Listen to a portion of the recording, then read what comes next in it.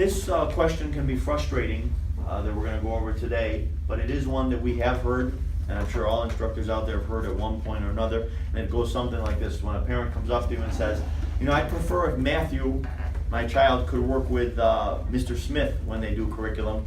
I don't feel like he learns as much when he works with Mr. Jones.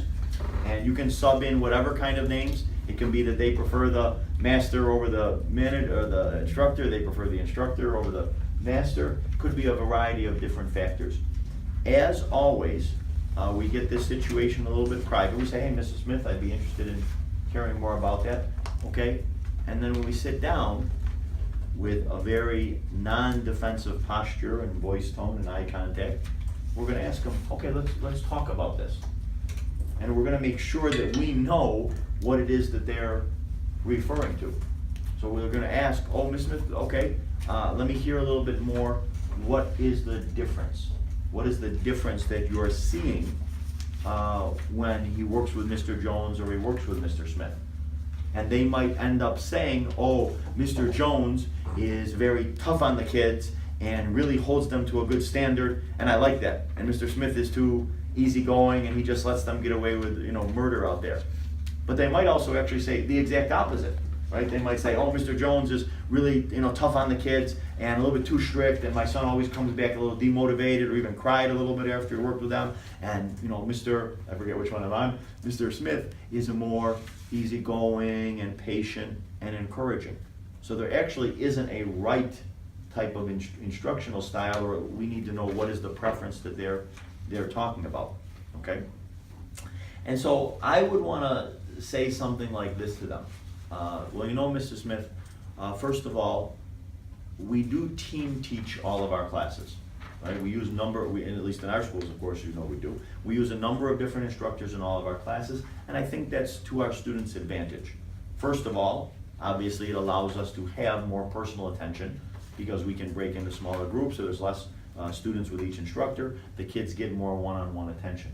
In addition, I do think it is a good thing for the kids to learn from instructors with a variety of different teaching styles and communication methods.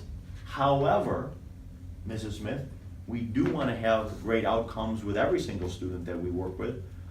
So what I will do is I'm going to address your concerns with Mr. Jones or with Mr. Smith about the differences that you're seeing, and whether that means that you're instructing Mr. Jones to be a little bit more easygoing, or you're instructing Mr. Smith to hold everybody to a little bit higher standard. That's how we're going to go forward with it. But you understand, Mrs. Smith, that you know we can't just remove somebody from this person's group. You know, I'm not ready to set up a scenario where certain students aren't working with certain instructors, because I don't think that sets up the right classroom atmosphere.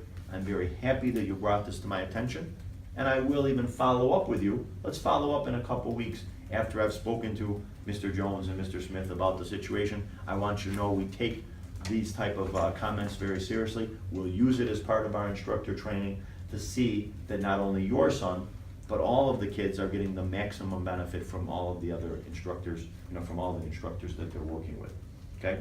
And obviously I can't emphasize enough that this isn't just the words that we're gonna say to somebody, this is what actually has to happen, right? Without question, in every location that we have, in every martial arts school in America, parents will have a personal preference for what is the right type of instructor for their child.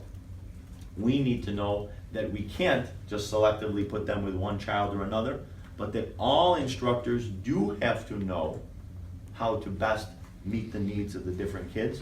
And so when we get this type of complaint or concern brought to us, let's use it as something that we take to go back to our team and improve our team, okay? There's a slight offshoot of this question that I'm going to address today as well, and that's the idea of someone saying, I don't want my child to be paired with another particular child. And this one might even be a little bit more common. And same thing, whether that child is a little rough and too aggressive, or whether that child is too lackadaisical and doesn't pay attention as much. Sometimes it can be, once in a while, somebody's very motivated about their child being as best as possible, and they only want their kid to be partnered with really high-level performers. In any case, you're going to explain to people about our school philosophy, which is this: Mr. Smith, thank you for bringing that concern to my attention. And I do want you to know we do strive to balance the partnering in our classes, right? And try to match up the students as much as possible appropriately for their level of skill set and intensity. However, I would have to admit that, as martial artists, one of our stated goals is to teach respect and to teach the young people how to interact with a variety of different people.